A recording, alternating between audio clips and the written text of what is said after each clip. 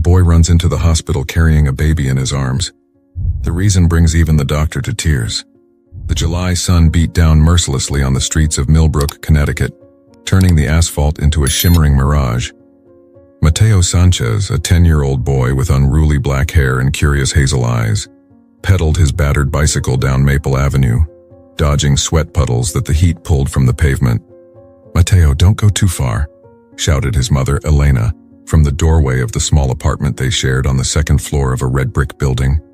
Elena, with her apron still on and her hair tied in a tight bun, watched her son with a mix of pride and concern. "And don't forget your water bottle." Mateo waved his hand to show he had heard, but his mind was already elsewhere. Oak Grove Park called to him like an oasis in the middle of the urban desert. There, under the shade of ancient oaks, he could escape the stifling heat and maybe find some friends to play soccer with. As he pedaled, Mateo couldn't help but notice how the shutters on the houses were drawn like heavy eyelids, shielding themselves from the relentless sun. The streets were almost deserted except for a brave few walking their dogs or rushing toward the safety of air conditioning. When he reached the park, Mateo dropped his bike next to a bench and headed for the water fountain.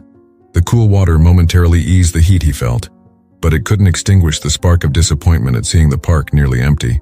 No sign of his usual friends. "I guess I'll have to settle for my own company today," he murmured to himself, kicking a solitary stone. That's when he heard it, a faint, almost imperceptible sound that seemed to come from the parking lot across the street. Mateo strained his ears, intrigued. The sound repeated, clearer this time. It was the cry of a baby. With his heart beating a little faster, Mateo crossed the street, his eyes scanning the small parking lot. There were only 3 cars, all locked and seemingly empty under the scorching sun, but the crying continued, growing weaker.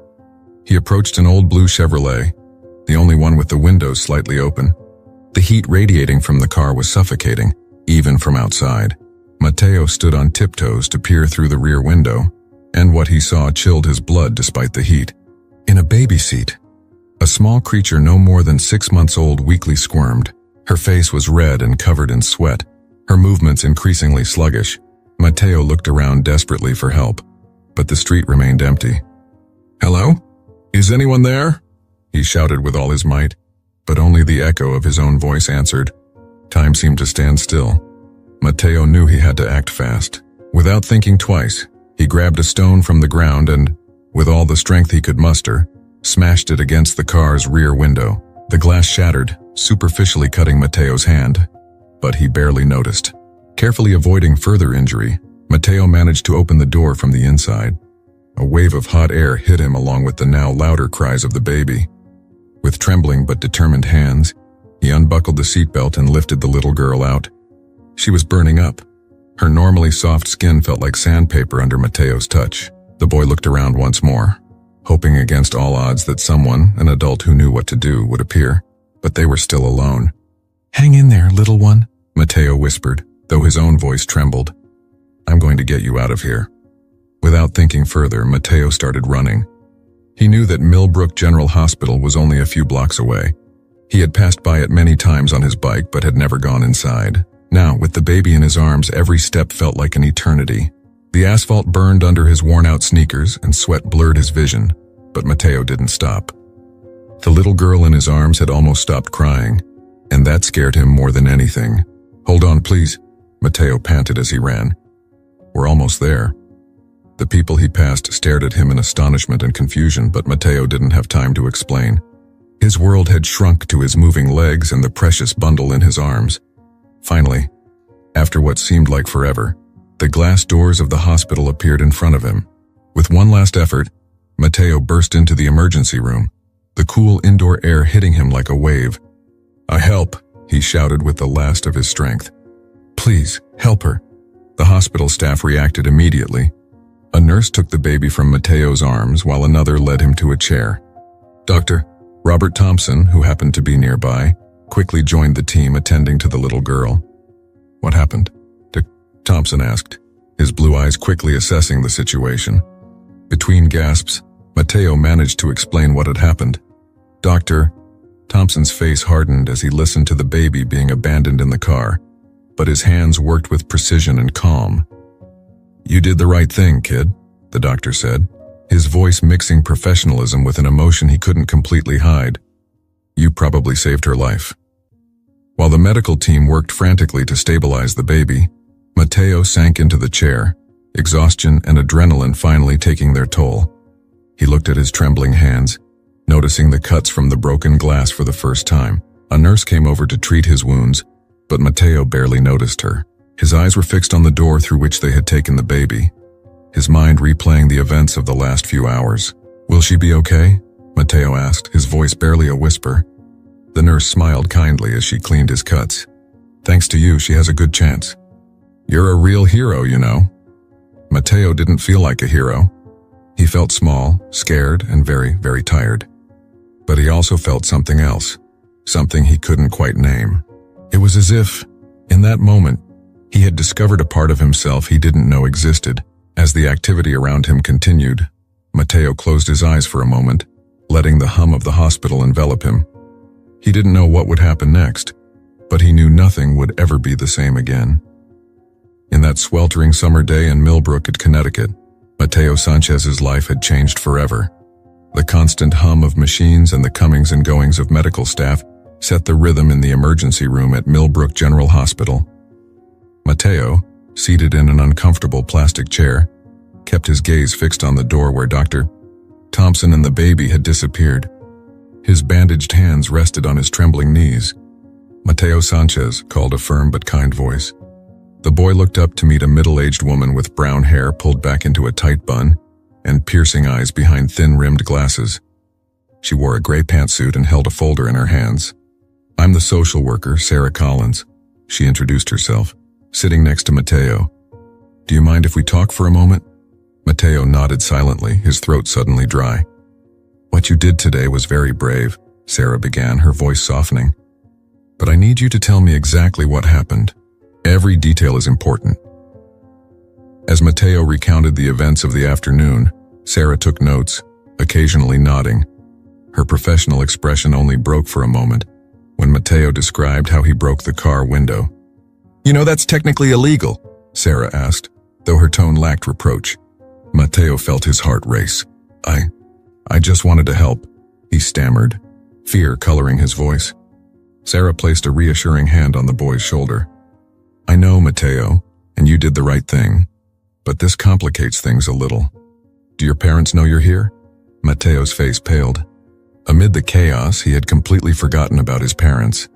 No, my mom thinks I'm at the park, he replied, guilt evident in his voice. Sarah sighed, pulling out her phone. We need to contact them immediately. Can you give me their number? While Sarah stepped away to make the call, Matteo felt the weight of his actions begin to settle on his shoulders. What would his parents say? Would they get in trouble for what he had done? His thoughts were interrupted by the arrival of Dr. Thompson, who emerged from the treatment room with an expression of exhaustion but relief on his face. The baby is stable, he announced, addressing both Matteo and Sarah, who had just returned. She has a severe case of hyperthermia, but she got here just in time. A few more hours in that car. His voice trailed off, the implication clear to all.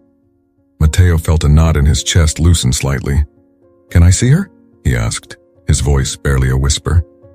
Doctor. Thompson looked at Sarah, who nodded slightly. And only for a moment, the doctor agreed. She's in the neonatal intensive care unit. Following Dr. Thompson through the hospital corridors, Matteo felt as if he were in a dream. The smell of disinfectant and the muffled sound of conversations and machines created a surreal atmosphere. The neonatal intensive care unit was a world apart. Incubators and monitors occupied most of the space, each housing a small fighter. Dr.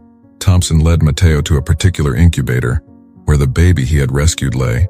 She looked so small and fragile, connected to tubes and wires. Her skin, once red and irritated, now had a healthier tone.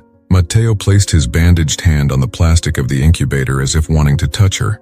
She's a fighter, Dr. Thompson remarked softly. Thanks to you, she has a chance. Matteo couldn't hold back the tears that had been threatening to fall since he arrived at the hospital. How could someone leave her like that? He sobbed. Dr. Thompson placed a hand on Matteo's shoulder. Sometimes people make desperate decisions when they're in desperate situations. But the important thing is that she's safe now. The moment was interrupted by the hurried arrival of Elena and Carlos Sanchez, Mateo's parents. Elena, with red, tearful eyes, rushed to her son, enveloping him in a fierce embrace. "My boy, thank God you're okay," she exclaimed, alternating between kisses and scolding in rapid Spanish. Carlos, for his part, stayed a step back, his face a mix of relief and concern. His eyes darted nervously between his son and the adults present. Sarah approached, her expression professional but understanding. "Mr. and Mrs. Sanchez, I'm Sarah Collins, a social worker. We need to talk about what happened today." Carlos's face visibly tensed. "Is Mateo in trouble?" he asked, his accent more pronounced due to stress. "Not exactly," Sarah replied, choosing her words carefully. "But the situation is complicated." As the group moved to a private conference room, Mateo couldn't help but notice how his father walked with his shoulders hunched, as if carrying an invisible weight. The worried expression on his mother's face made his stomach twist with guilt. In the conference room, Sarah explained the situation in detail, from Mateo's discovery to the baby's current condition. Elena sobbed quietly while Carlos listened with an increasingly grim expression. "Mateo acted heroically," Sarah concluded. "But the fact is there was damage to private property, and the police will need to speak with him as a key witness." Carlos stood up abruptly, his chair scraping against the floor. "No," he said firmly. "No, we won't talk to the police." The silence that followed was heavy and tense. Sarah looked at Carlos with a mix of understanding and frustration. "Mr. Sanchez, I understand your concern, but—" "No, you don't understand," Carlos interrupted, his voice trembling slightly. "Our situation here is complicated." Understanding dawned on Sarah's face. "Oh," she said softly. "I see." Mateo looked confused between his father and Sarah. "What's going on, Dad?" he asked.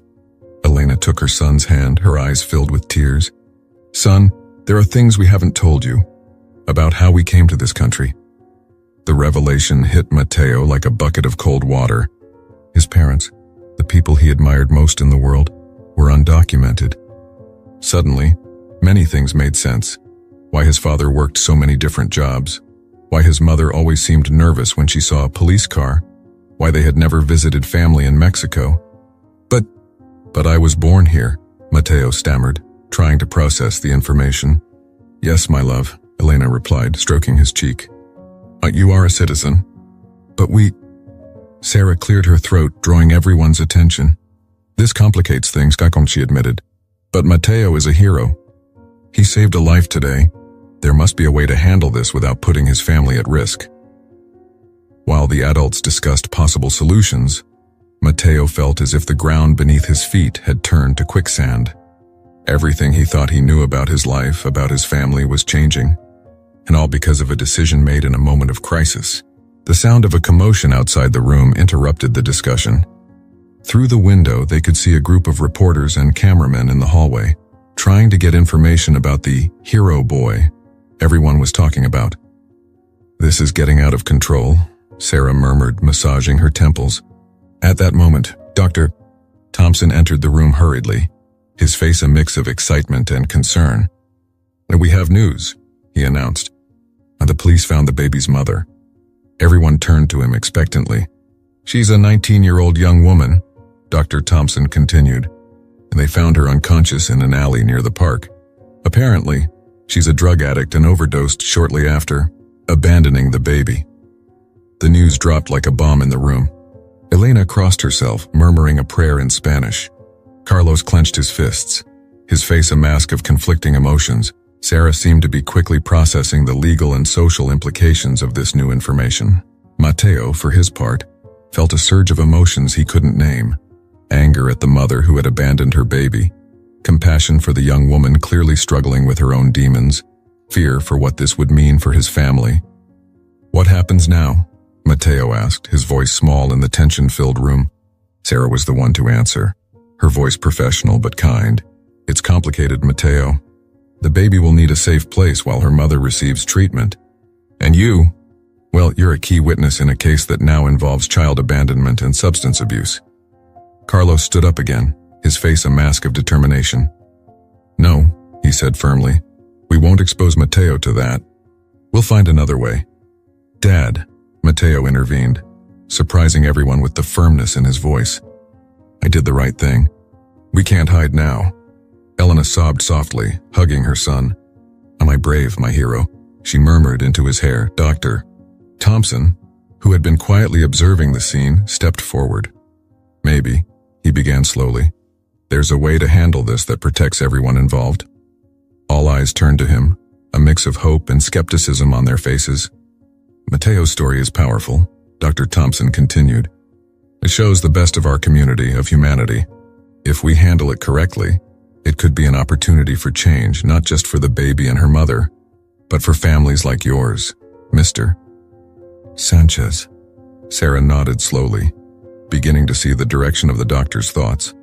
A story of compassion and heroism could change the narrative, she reflected. But we would have to be very careful. As the adults began to discuss strategies and possibilities, Mateo found himself looking out the window at the hustle and bustle of the hospital. Somewhere in that maze of hallways and rooms, a little baby was fighting for her life. A young mother was facing her demons, and his own family's future hung in the balance. Mateo didn't fully understand all the complexities of the situation, but he knew one thing for sure. Nothing would ever be the same. His actions had created ripples in the pond of his small community, and those ripples would continue to expand in ways he couldn't yet imagine. As the sun began to set outside the hospital window, Mateo realized that this was not the end of the story.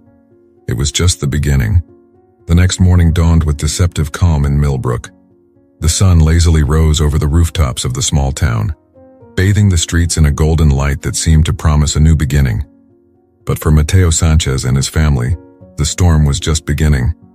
In the kitchen of their modest apartment, Elena Sanchez mechanically prepared breakfast, her mind clearly elsewhere. Carlos, seated at the table with an untouched cup of coffee in front of him, nervously scrolled through his phone. Mateo, for his part, picked at his plate of scrambled eggs, the knot in his stomach making each bite a challenge. The heavy, tension-laden silence was broken by the shrill sound of the phone. Carlos started, spilling some of his coffee before answering with trembling hands. Yes, I understand. We'll be there," he said before hanging up, his voice a hoarse whisper. Elena turned to him, the silent question in her eyes. "It was the social worker, Sarah," Carlos explained, running a hand over his tired face. "They want us to go to the hospital. Apparently, the story has leaked to the press." Mateo felt his heart race. "What does that mean, Dad?" Carlos looked at his son, his eyes a mix of pride and concern. "It means things are going to change, son. For better or for worse." The trip to the hospital was tense and silent. The normally quiet streets of Millbrook buzzed with unusual activity. Local news vans lined up outside the hospital, reporters with microphones in hand eagerly awaiting the next scoop. "Keep your head down, Mateo," instructed Elena as they made their way through the crowd. At the hospital reception, they were greeted by Sarah Collins, in whose face showed signs of a sleepless night. "Thank you for coming so quickly," she said, guiding them to a private conference room. "The situation has evolved." In the room, they found Dr. Thompson in a heated discussion with a man in a suit that Mateo didn't recognize. When the Sanchez family entered, both men fell abruptly silent. "The Sanchez family," said the man in the suit, approaching with a smile that didn't quite reach his eyes. "I'm Richard Hawkins, legal advisor for the hospital. We have a lot to discuss." Over the next hour, Mateo listened in a state of bewilderment as his simple act of kindness had become the center of a media and legal whirlwind. The story of the immigrant hero boy had captured national attention, sparking debates on immigration, healthcare, and social services. "The governor has expressed interest in the case," Hawkins explained, his voice a professional monotone. "They see an opportunity for a public relations victory. They're considering using executive powers to grant temporary legal status to the Sanchez family." Carlos and Elena exchanged looks of astonishment and caution. "And what about the baby?" Elena asked, her voice barely a whisper. Dr. Thompson spoke, his voice softening. "Sophia, as we've temporarily named her, is improving, but her situation is complicated." Sarah took over, her tone professional but compassionate. "Sophia's mother, Amber Johnson, is currently in rehab.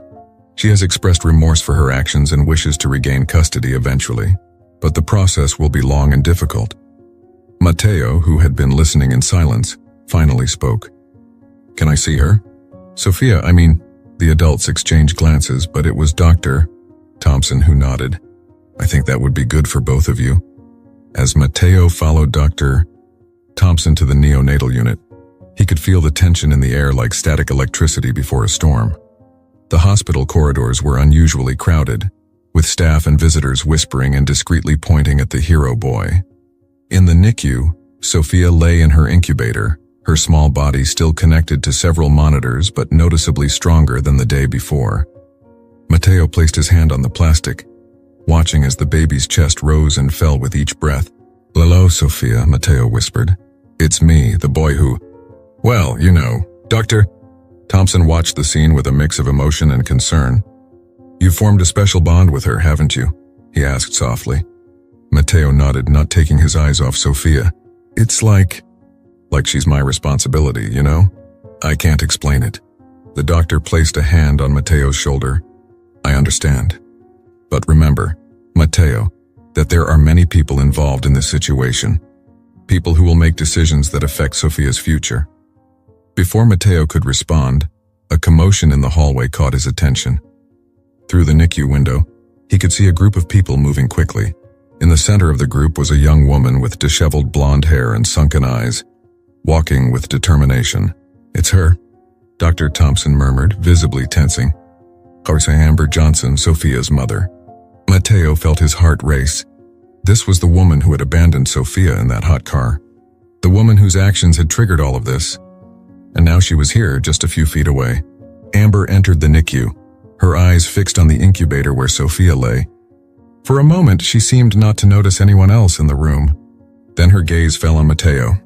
You, she said, her voice hoarse and heavy with emotion. You're the boy who saved her. Matteo nodded, unable to form words. The air in the room seemed to have thickened, charged with unspoken emotions. Amber took a step toward Matteo, and for a moment, the boy feared she might attack him. But instead, Amber fell to her knees, tears streaming down her cheeks. Thank you, she sobbed, grasping Matteo's hand. Thank you for saving my baby, for doing what I couldn't. The scene was interrupted by the hurried arrival of Sarah, followed closely by Matteo's parents and several hospital security officers. Amber, said Sarah, her voice firm but kind. You shouldn't be here. There's a process we need to follow. Amber stood up, wiping her tears with the back of her hand. I know, but I had to see her. I had to thank this boy. Carlos approached Matteo, placing a protective hand on his shoulder. Son, are you okay? He asked quietly. Matteo nodded, though his mind was spinning.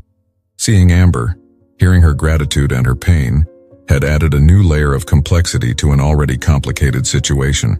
Dr. Thompson intervened, his voice calm but authoritative. I think we all need a moment to calm down. I suggest we meet in the conference room to discuss this in a civilized manner. As the group made their way to the conference room, Matteo couldn't help but notice the curious glances and whispers of hospital staff and visitors. The news of his heroic act had spread like wildfire, and now it seemed that everyone in Millbrook had an opinion on the case of the hero boy and the abandoned baby. In the conference room, the tension was palpable. Amber sat in a corner, flanked by Sarah and a man who introduced himself as her lawyer. The Sanchez family clustered on the opposite side of the table, with Matteo between his parents. Dr. Thompson and Richard Hawkins occupied the center, acting as impromptu mediators in this unfolding drama. All right, Hawkins began, clearing his throat. Oh, we're here to discuss Sophia's future and, by extension, the future of all the people involved in this extraordinary situation. Sarah took over, her tone professional but compassionate. Amber has expressed her desire to regain custody of Sophia once she completes her rehabilitation program. However, given the nature of what happened, the process will be long and subject to strict supervision. Amber, her eyes red but determined, spoke. I know I made a terrible mistake. I was in a very dark place. But I'm committed to changing, to being the mother that Sophia deserves. Elena, who had been listening in silence, leaned forward. And what guarantee do we have that she won't hurt her again? she asked, her voice trembling slightly. The question dropped like a bomb in the room. Amber paled while her lawyer rushed to intervene. My client is following all the necessary steps for her recovery. It's not fair to judge her by her past actions when she's doing everything she can to change. Carlos Waum, who had remained silent until now, spoke with a calm but firm voice. We understand the desire for a second chance. We ourselves came to this country seeking one, but the child's safety must be the priority. The discussion continued, with arguments and counter-arguments flying across the table. Mateo watched in silence, feeling smaller and more overwhelmed by the minute. How had it come to this? Just 2 days ago, his biggest concern had been finding someone to play soccer with at the park. Suddenly, a knock on the door interrupted the heated debate. Thompson's ear. The doctor's face shifted from surprise to concern in a matter of seconds. Everyone, Dr. Thompson said, standing up. It seems we have a situation developing outside. They all rushed to the windows of the conference room, which overlooked the hospital's main entrance. What they saw took their breath away. A crowd had gathered outside the hospital. Hundreds of people held signs and chanted slogans. Some supported the Hero immigrant family, others called for justice for Amber, and a third group advocated for Sophia's rights above all else. This has gotten out of control, Hawkins murmured, pulling out his phone to make frantic calls. Mateo watched the scene with a mix of awe and horror. Was all this because of him? Because of his decision to help a baby in danger? It was then that he noticed something that made his blood run cold. Among the crowd, he saw several of his classmates, including his best friend, Jason, and standing next to Jason, holding a sign that read, "Deport the illegals," was Jason's father, a man who had always been kind to Mateo. The reality of the situation hit Mateo with full force. This was no longer just about him and Sophia. It had become something much bigger, something that was dividing his community, pitting friends against friends, neighbors against neighbors. "Mom, Dad," Mateo said, his voice barely a whisper. What have we done?" Elena hugged her son, silent tears streaming down her cheeks. Carlos, for his part, stared out the window with a look of determination. "We did what was right, son," Carlos replied. "And now we have to face the consequences." "Doctor," Thompson turned to the group, his face grave. "I think it's time to make some difficult decisions. This situation is affecting not only Sophia and our families, but the entire community of Millbrook." Sarah nodded, pulling a folder from her briefcase. "I have several legal options here that we can consider. But before we get into the details, I think we all need to take a moment to reflect on what we really want for Sophia and for ourselves." Amber, who had been watching the scene outside with an expression of guilt and horror, turned to the group. I never wanted this to happen. I just wanted a chance to be a good mother." Mateo, feeling a surge of emotion he couldn't explain, walked over to Amber and took her hand. "And you deserve that chance," he said, surprising everyone in the room, including himself. But Sophia deserves to be safe and loved no matter what." Mateo's gesture seemed to break something in the room. Suddenly, the dividing lines that had been so clear moments before began to blur. Elena offered Amber a tissue. Carlos and Amber's lawyer began talking quietly, seeking common ground. As the adults started discussing possible solutions, Mateo found himself looking out the window again. The crowd outside was still growing, but now he noticed something different. On the edges, he saw small groups of people from both sides talking to each other, some even hugging. It was as if the chaos had reached a tipping point, and now slowly the pendulum was beginning to swing toward mutual understanding. It was in that moment that Mateo had an epiphany. He turned to the group of adults still heatedly debating. "Wait," he exclaimed, his voice stronger than it had ever been. Everyone stopped, surprised by the sudden intervention of the boy. "I think we're all forgetting something important," Mateo continued, his heart pounding but his voice clear. "This isn't about us, it's about Sophia, and all the other Sophias that might be out there." The silence that followed was profound. Encouraged by everyone's attention, Mateo pressed on. "Yes, I saved Sophia that day. But what if there are other children in danger that we don't see? What if there are other mothers like Amber who need help before they reach that point?" Amber sobbed softly, but there was a spark of something new in her eyes. "Hope. Maybe," Mateo continued, looking at each adult in the room. "Instead of fighting over who's right, We should think about how we can help make sure this doesn't happen again. Dr. Thompson was the first to break the silence that followed. The boy's right, he said, a smile of admiration on his face. We've been so focused on this particular case that we lost sight of the bigger picture. Sarah nodded, quickly flipping through her notes. And we could propose a pilot program, something that combines health services, addiction support, and legal assistance for at-risk families. And education, added Elena, her voice soft but firm. Education about immigrant rights and the resources available to them. Carlos, who had been listening intently, cleared his throat. If our story can help others, I'm willing to share it. Maybe it's time we stopped hiding and started fighting for real change. Amber's lawyer, who had maintained a defensive posture until now, leaned forward with interest. We could use this case as a catalyst for legislative change. There's precedent for high-profile cases leading to significant reforms. As the adults began drafting a plan of action, Mateo felt a hand on his shoulder. It was Amber, her eyes still wet but with a new determination in them. Thank you, she said softly. Not just for saving Sophia, but for reminding all of us why you did it in the first place. Mateo nodded, feeling a weight lift from his shoulders. For the first time since all this began, he felt that things might actually get better. The rest of the afternoon passed in a whirlwind of activity. Calls were made, proposals were drafted, and plans were outlined. News of the Sophia Initiative, as they had named it, leaked to the press, and soon the crowd outside the hospital began changing their protest chants into cheers of support. As the sun began to set over Millbrook, painting the sky in warm tones, Mateo found himself once again in the NICU next to Sophia's incubator. This time, however, he wasn't alone. Beside him were his parents, Amber, Dr. Thompson, and Sarah. You know, Doctor, Thompson said, breaking the contemplative silence. In medicine, we talk a lot about the butterfly effect, the idea that a small change can have enormous, unforeseen consequences. Mateo nodded, remembering learning about it in school. Wait, but what we often forget, the doctor continued, is that those effects can be positive. Your act of kindness, Mateo, didn't just save Sophia. It set something much bigger in motion. Elena hugged her son, pride evident on her face. My little hero, she murmured.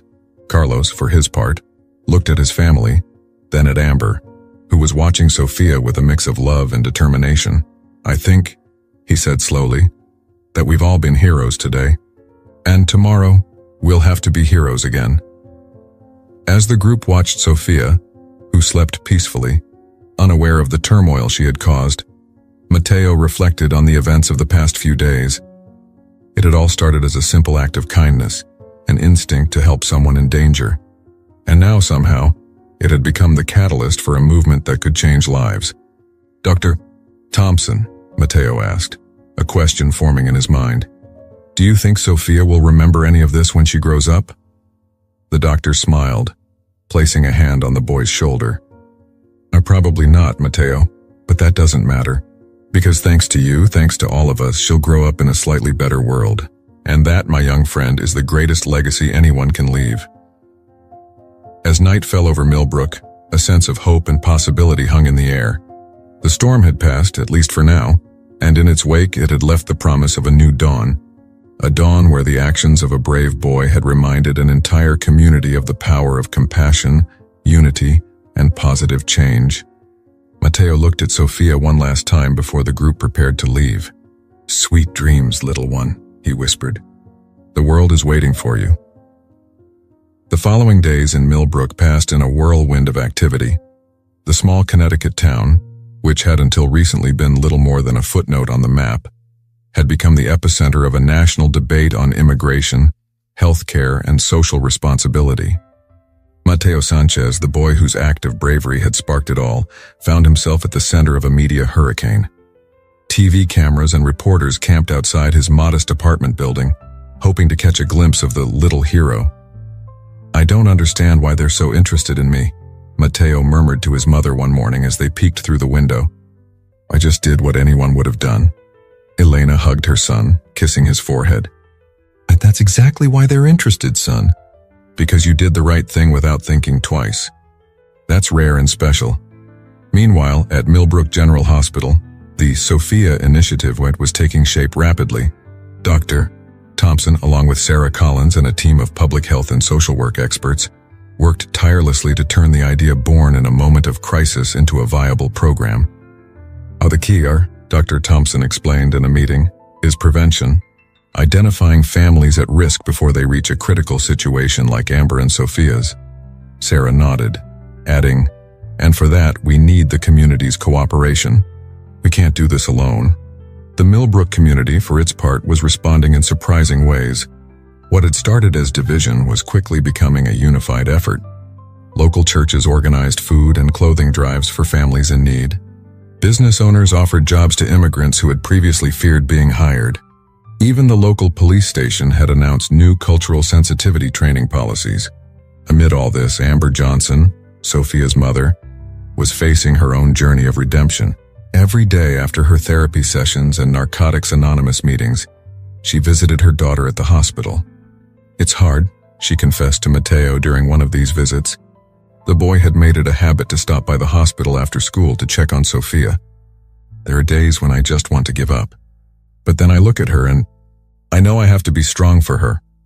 Mateo, with wisdom beyond his years, took Amber's hand. "My dad says being strong doesn't mean not being afraid. It means doing the right thing even when you're scared." Amber smiled through her tears. "Your dad is a wise man." Speaking of Carlos Sanchez, Mateo's father had become an unexpected figure in the local immigration reform movement. His story, that of a man who had risked everything for a better future for his family, resonated deeply within the community.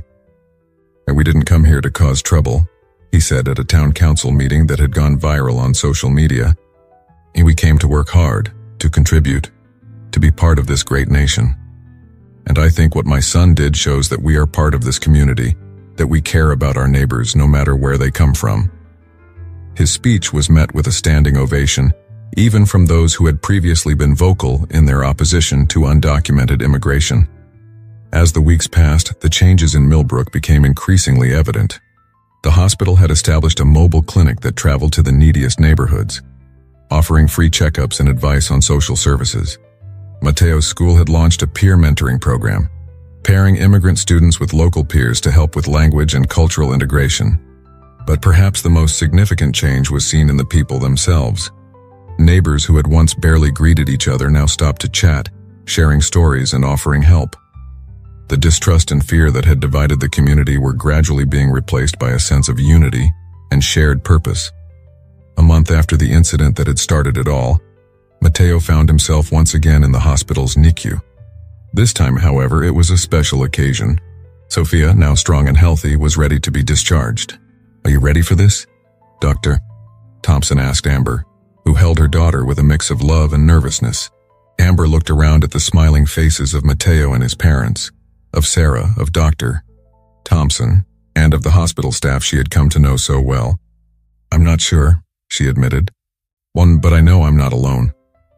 As the group prepared to accompany Amber and Sophia to their new home, an apartment provided by a transitional housing program, Mateo reflected on all that had changed in such a short time. "You know," he said to no one in particular, "when I found Sophia in that car, I thought I was saving a life. But I think I was actually saving a whole community." Elena hugged her son, tears shining in her eyes. "And in the process, son, you saved all of us." As they left the hospital, they were greeted by a small crowd of well-wishers. Neighbors, Mateo's classmates, even the mayor of Millbrook were there to celebrate this new beginning. Mateo looked around at the smiling, hopeful faces and felt a surge of emotion he couldn't quite name. It wasn't just happiness, though there was certainly plenty of that. It was something deeper, more enduring. It was the feeling that, despite all the challenges still ahead, Millbrook had found something precious. A sense of community, of belonging, of home. And it had all started with a simple act of kindness. The afternoon sun bathed Oak Grove Park in a golden glow, illuminating a scene that 6 months ago would have seemed improbable, if not impossible.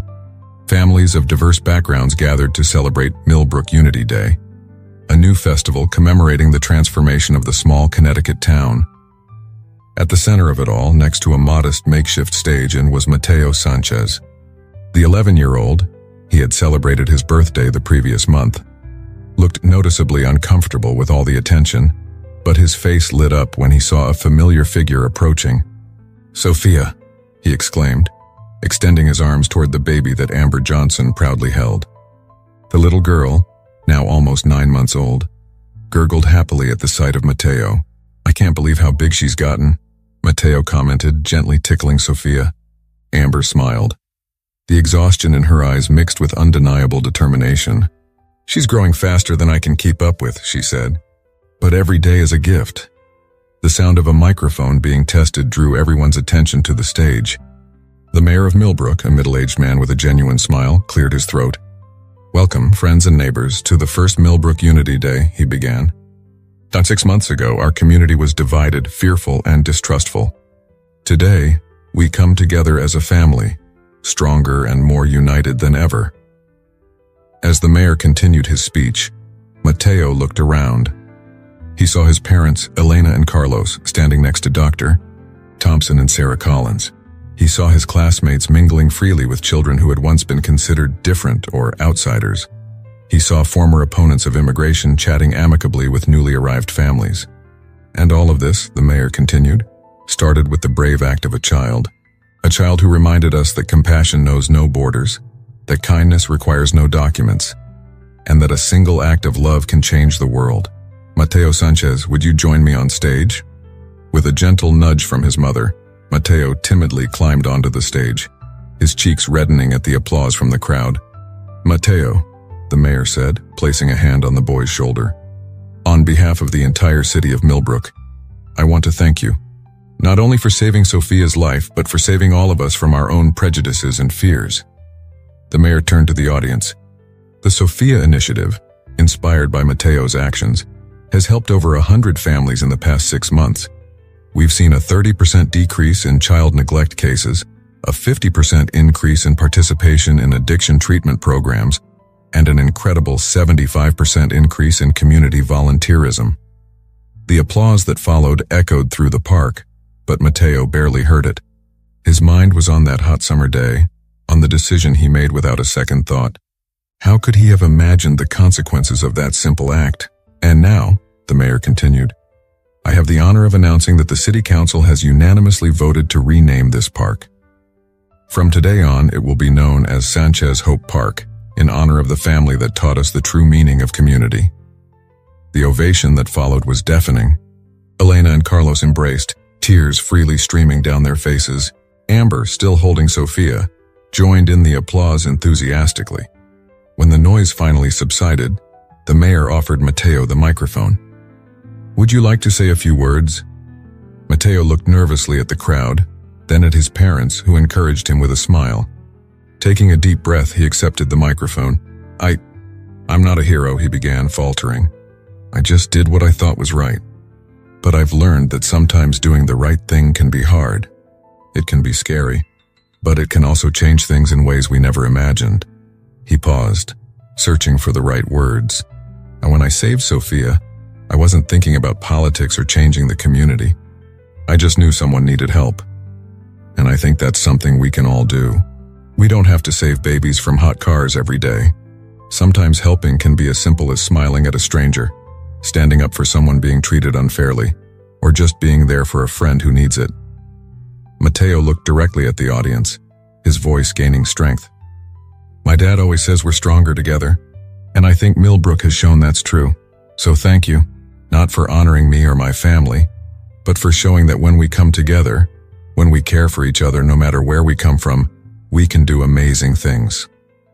The silence that followed Mateo's words was deep, filled with emotion. Then, like a wave, the applause began, growing into a roar of approval and affirmation. As Mateo stepped off the stage, he was immediately enveloped in a group hug by his family: Amber, Sophia, Dr. Thompson, and Sarah. Tears mixed with laughter, the joy of the moment tempered by the understanding of the long road they had traveled. As the afternoon wore on and the celebration continued, Mateo found himself sitting on a bench in the park, watching the community he had helped transform. Dr. Thompson joined him, offering him a glass of lemonade. "You know, Mateo," the doctor said after a moment of contemplative silence, In medicine, we often talk about healing. But what you've done here, what we've all done together, goes beyond healing. You've helped create something new and beautiful out of something that could have been tragic. Matteo nodded, thoughtful. Sometimes I wonder what would have happened if I hadn't been at the park that day, if I hadn't heard Sophia. Doctor, Thompson smiled. That's the power of an act of kindness, Matteo. We never really know how far its impact will reach. It's like throwing a stone into a pond. The ripples keep spreading long after the stone has disappeared beneath the surface. As the sun began to set, tinting the sky with warm hues, Matteo reflected on the doctor's words. His simple decision to help had set off a chain of events that had changed not only his life, but the lives of an entire community.